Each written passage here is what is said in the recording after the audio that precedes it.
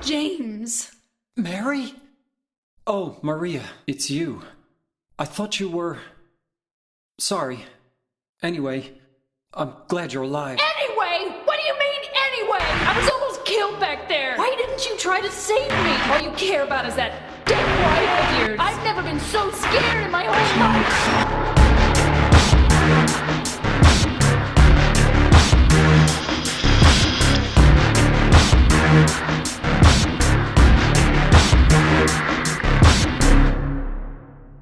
Hello, welcome back to Pav Plus. So our new series is Silent Hill 2. It's one of my favourite games of all time. It's honestly, I swear to God, like it's right up there. It's a very, very important game to me. I played it at a very important and vulnerable time in my life, and I really love talking about it. And it's been a while since I last played it, almost 3 years.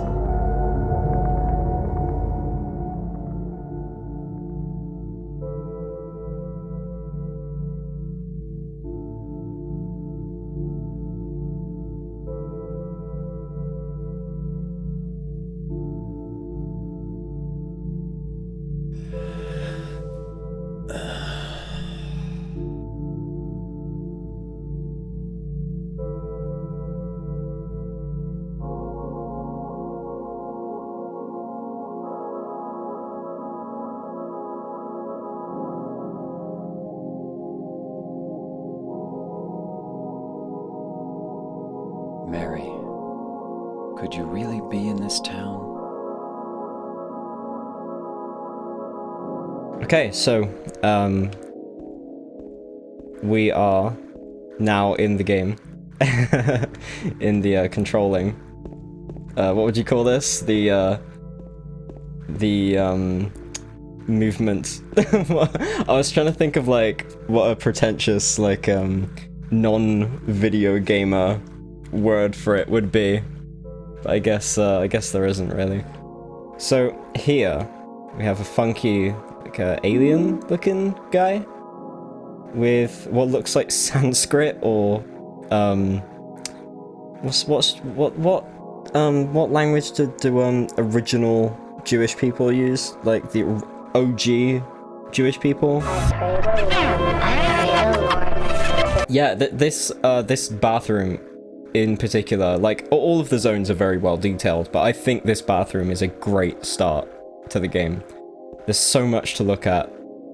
A lot of the detail is lost in the PS2 version, but since we're playing the PC version, we can really get a look at it here. It's very, very detailed, lots to like look at. I love it. There's a lot of zones in this game that do that. Lots to look at.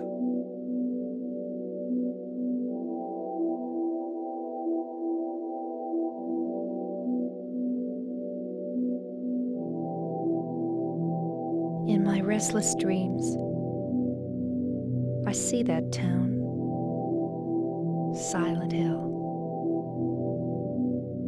You promised you'd take me there again someday, but you never did. Well, I'm alone there now, in our special place, waiting for you.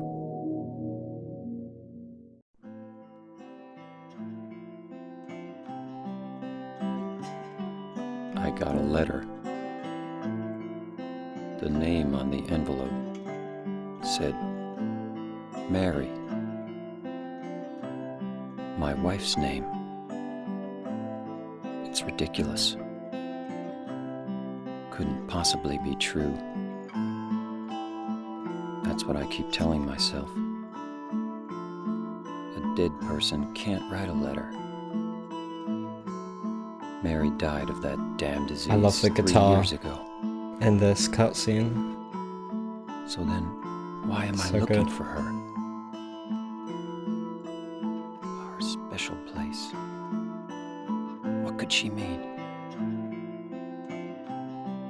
This whole town was our special place.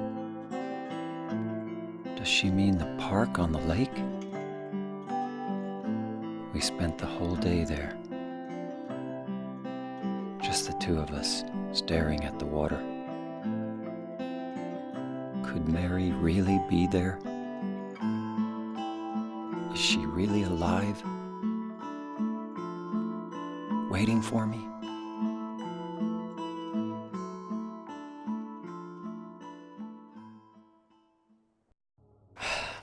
Such an amazing opening cutscene. Just dripping with atmosphere already. So, this here is the car we came in on. I believe this is James's car. And we have a map of the town already. This is only a map of the external areas. It's a tourism map. Probably a relic from James's past. It's revealed later that James visited Silent Hill at least once on holiday with his wife Mary. That's why they have so many memories together here. I think it was it might have been their honeymoon. It might have been a different time, but they shared a lot of memories here, and it's one of their favorite places in the whole world. So we're approaching Toluca Lake here, which is, if we look at our map, so here we are. You can come pretty close to the actual lake itself. And I'll ignore that on the left and right. That's a bug from using widescreen patches, I'm sorry. Up here, we've got the Lakeside Amusement Park, Lakeview Hotel. That's where most of Silent Hill 3 takes place. And we've got some, yeah, pretty big map overall. For this kind of game. That's one of the things I love about Silent Hill. Oh, did you hear that? That's what I love about this this opening sequence. You can hear things in the distance, and they're so distant, and there's no visual to accompany them, that it really just feels like you're hallucinating, or maybe it's just the trees, maybe it's just the wind. I remember the first time I ever played this, I was thinking, like, what the fuck? What the fuck is that noise out there?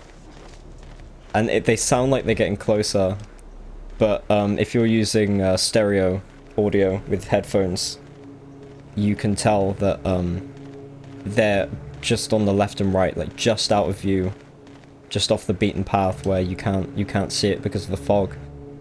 And it really conveys that sense that it's, like, whatever's out there, it's out there in the fog, and it can see you, but you can't see it, and it's very effective horror. There's a lot of instances of not being able to see things in this series, and that's where a lot of the horror comes from, and it's probably the most effective whenever they do it.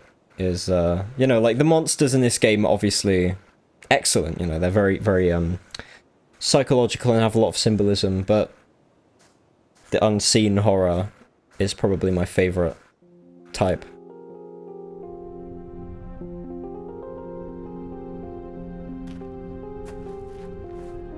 So this is a first human character James comes across, and you get to see a lot of the way that he interacts with people, and it's very interesting.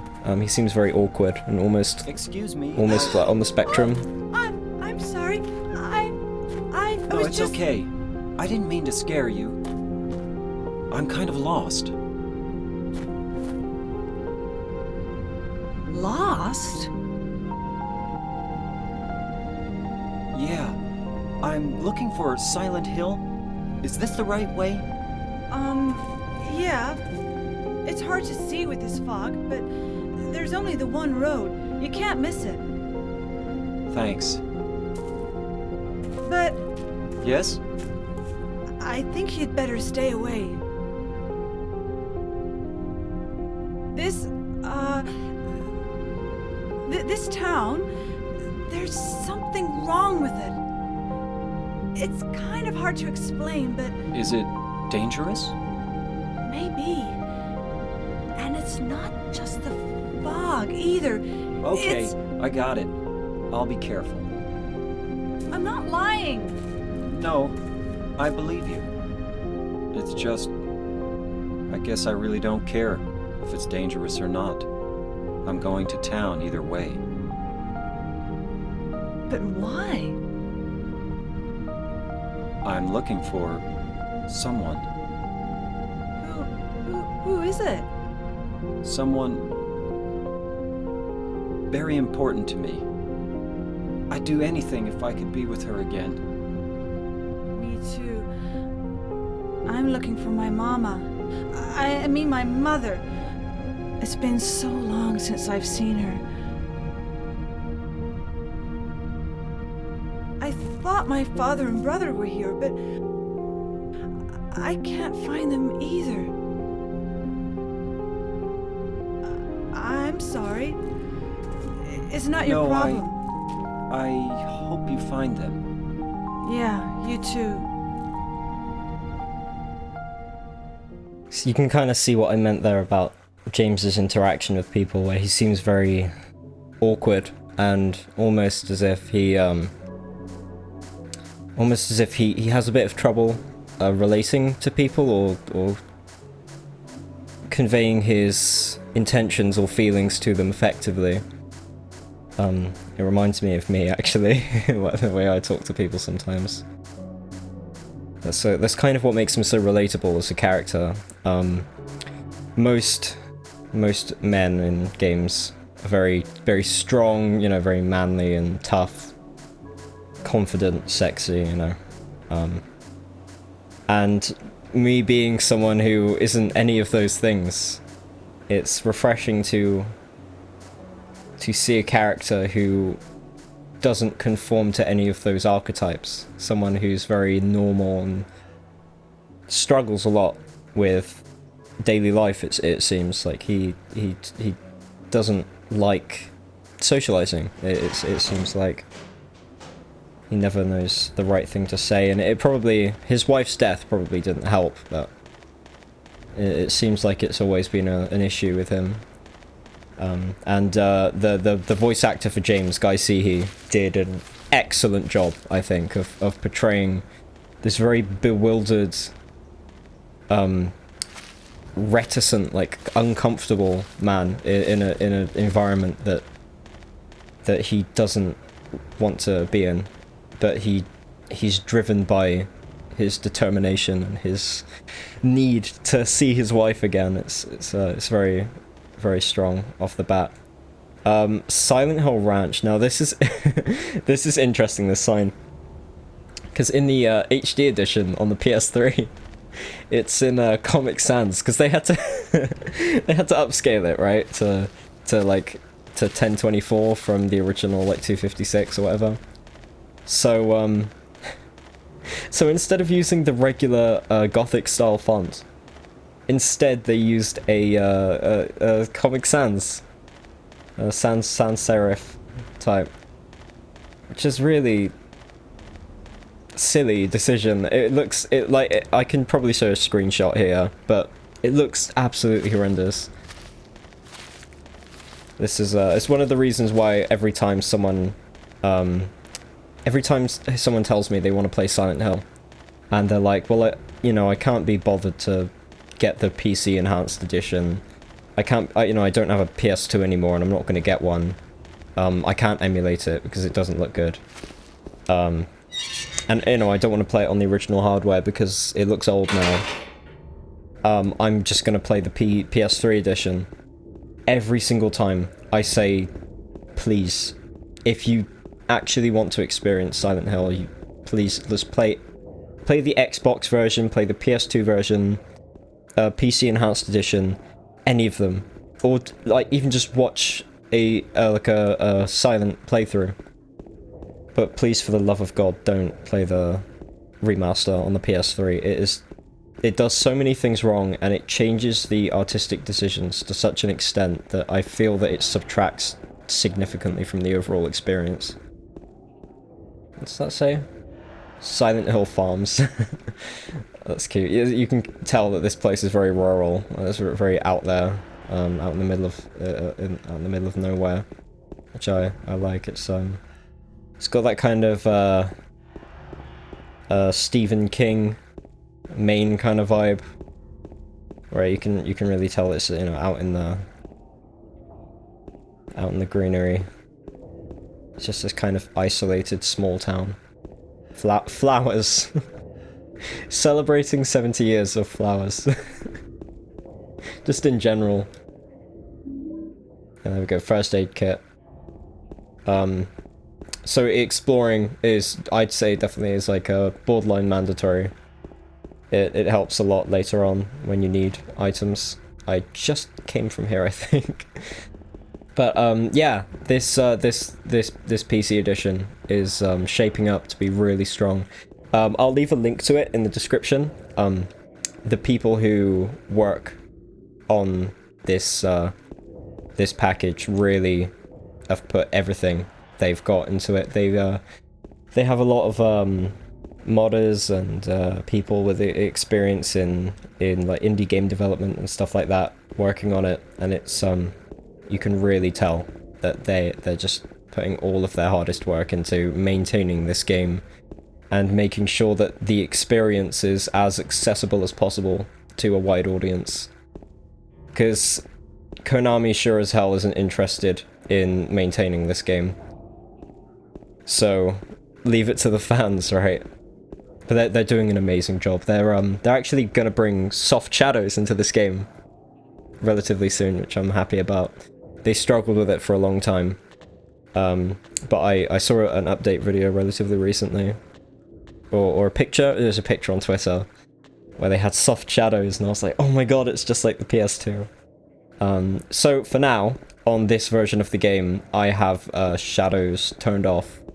Because the dynamic shadows on the PC edition look really bad. They're just very jagged and they use very low detail LOD models for the shadows. It just looks really bad and immersion breaking. So no shadows, no dynamic shadows at least. But the game still looks really good, as you can see. It just it suffers a bit in the darker areas, but we'll make do. I just needed to play this. I feel like because I'm recording this at the tail end of October, and I felt like you know, I just finished doing Resident Evil, and that's a very high energy LP. You know, if you watched it, it's very, very high energy and lots of quick choppy edits and me kind of goofing around, being silly. And I love, you know, I love being silly and being, you know, kind of unfiltered, if you want to call it that. Very silly. But in the end, I think I like talking about stuff that's important to me emotionally. And this game is definitely very important to me. It's it shaped a lot of my my personality as it is now and my taste in stuff. Even now, this game has a very special spot in my heart for the atmosphere and the story, and it's put me over to a lot of good music. I think they want me to go down this alley. I can't remember quite right. It's been a few years since I last played this game. There we go. More exploration rewards. Not well, like kind of. This is on the main path, but I know a lot of people don't go to this spot. You have to be on the other side for it to save. So these red pieces of paper, this is where you save. So I might talk about it later in another video, but this game, this entire series, was inspired a lot by films like Jacob's Ladder and Session 9, which are all American psychological horror films. Mostly Jacob's Ladder. Jacob's Ladder was a big influence for this entire series. I might make another little video kind of talking about that.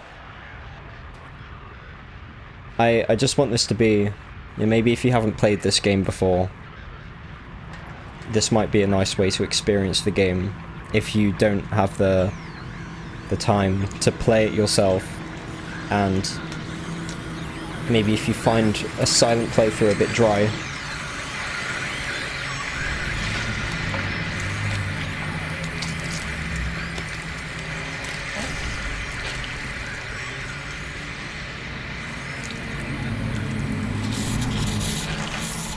that blur effect is still really good. They haven't done anything to that. That hasn't been changed in any way. That's still a PlayStation 2 era blur effect. Looks great. Okay, so we've entered the first stage of combat. Combat is exceedingly simple in this game, but it's very cumbersome and hard to control, and that's intentional. It's not human. No, it isn't, James, but it looks human. Maybe that's something to think about. The monsters in this game are very deliberately designed. So anything you notice about any of the monsters that you see throughout this playthrough, I'd like to see what you have to say about some of the monsters if you haven't played this game before. Because they have very interesting visual designs that lend to a lot of psychological aspects of the main character.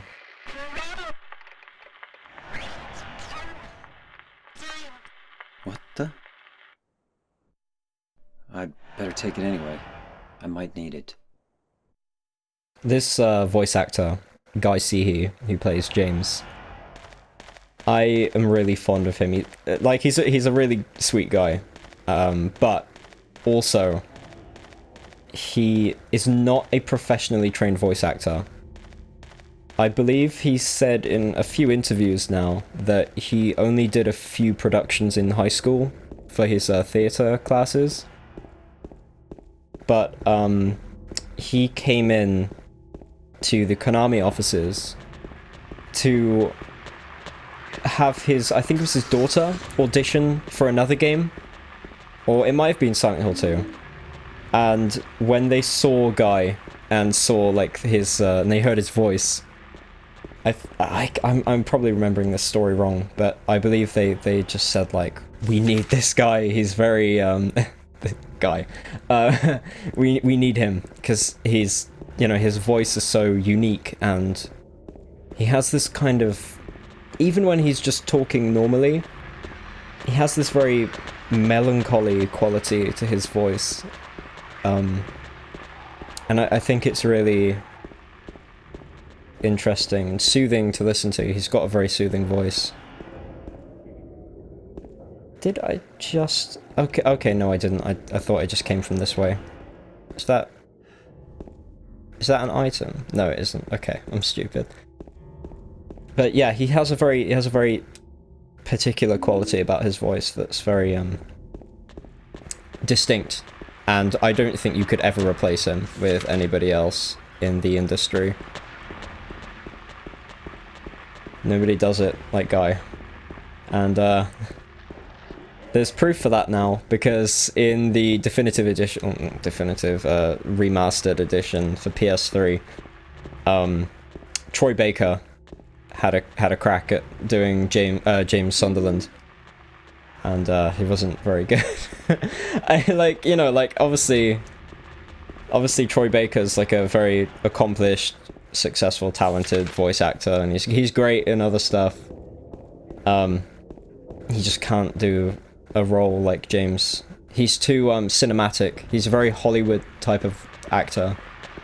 But Guy has this understated quality about his voice acting, which makes him perfect for stuff like acting as a normal man in like an extraordinary situation. Neely's Bar. A lot of people miss this the first time around. This Neely's Bar section, because it's not mandatory. This is totally optional. So we're gonna head over to there real quick before we do any other progress. Actually, if you want to support Guy Seehee, as much as I do, he has a YouTube channel called GC Navigator. He hasn't uploaded in a while, but it's just fun stuff for Silent Hill fans. And there's a few interviews that he's done between him and other people. Did that light just shake? Holy shit, no way. I didn't know they did that. I thought they were static. It would have been so much easier just to leave it static, because like the town's dead anyway, right? That's very cool. I like that. God, this place is just pitch black. Oh, that's so grimy, I can barely read it. At the end of Martin Street. Okay. Yeah, Woodside apartment is very important. We're gonna need to find a key somewhere around here. There was a hole here. It's gone now. There we go. Just had to stop for the thumbnail real quick. That's a very classic line. Lots of people like that line. People think that it connects it to other games in the series. I have a mind to agree retroactively. I don't think they planned it, but hey, that one goes green. Check it. Maybe they all do that. Maybe they all cycle around like that. The dance company. Sorry, I've never actually looked at these signs before. Chiropractic and Sports Injury Center.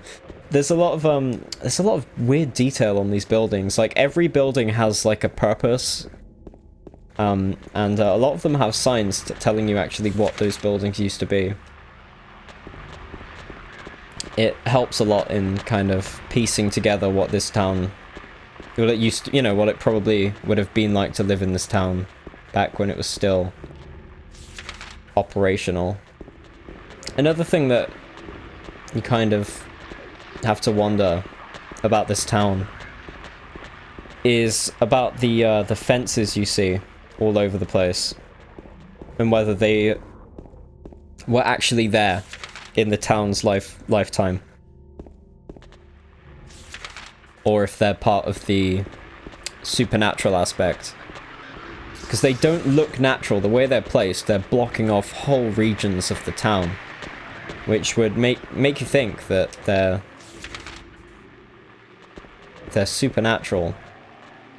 But then again, they are just fences, so maybe there was some kind of quarantine in the town, like some kind of environment.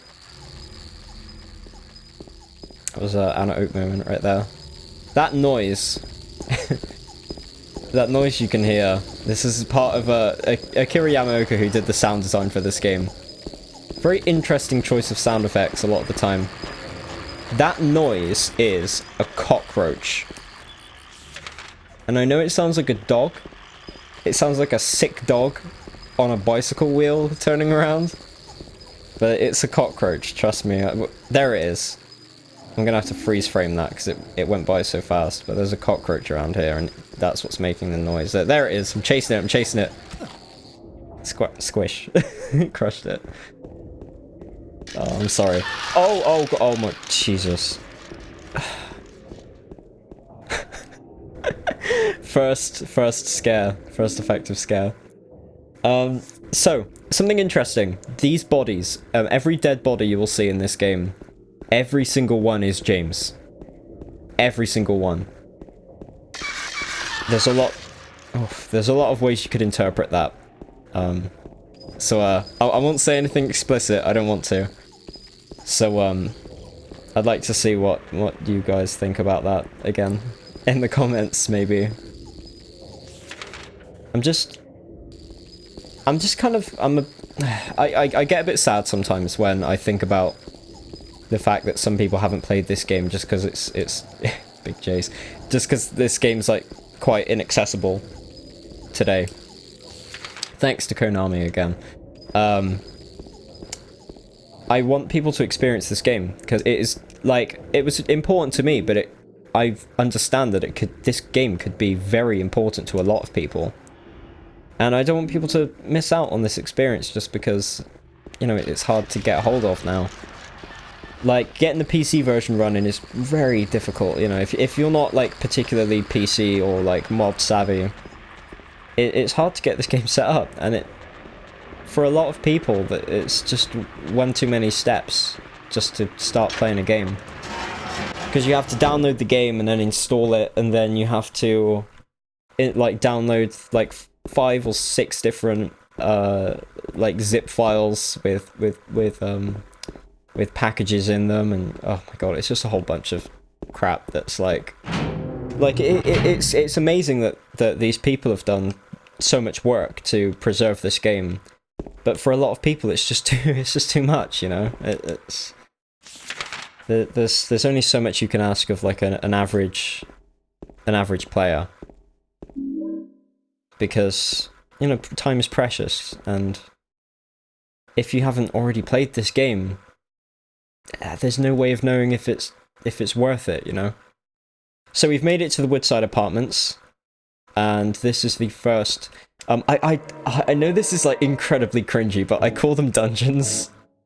Every kind of interior area in this game, I I love calling them dungeons because they kind of are dungeons in the classic fantasy D&D sense. But I'm gonna leave it here for now, because I want to kind of split these up into each area instead of just kind of split them whenever. So I will call it a day for now, and I would love to hear what, you know, who's watching and what you think of the game so far, and the visuals and the music and the acting, because I know that this game can reach a lot of different demographics of people. I personally know a lot of different types of people. Some people aren't even particularly into video games, and I just want to share this with someone again, this experience. So please leave comments and tell me what you think about the game. So I'll join you in the next video for Wood Creek Apartments, and we can explore and get incredibly scared together.